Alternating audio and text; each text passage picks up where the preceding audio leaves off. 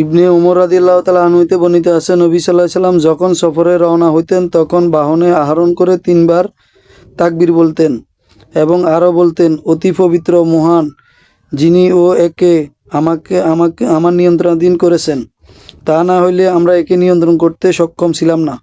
অবশ্যই আমরা আমাদের পালনকর্তার কাছে ফিরে যাব। সূরা যুখরুফ 13 থেকে 14 নম্বর আয়াত। তারপর তিনি বলতেন, হে আল্লাহ, আমরা এই সফরে আমি ও তোমার নিকট পুণ্য, তাকওয়া, তোমার ও পছন্দনীয় কাজ করার তৌফিক প্রার্থনা করি। আমিন।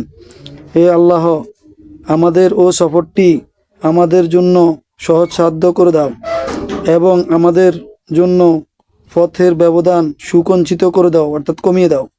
হে আল্লাহ, সফরে তুমি আমাদের সঙ্গী এবং আমাদের পরিবার পরিজনের প্রতিনিধি।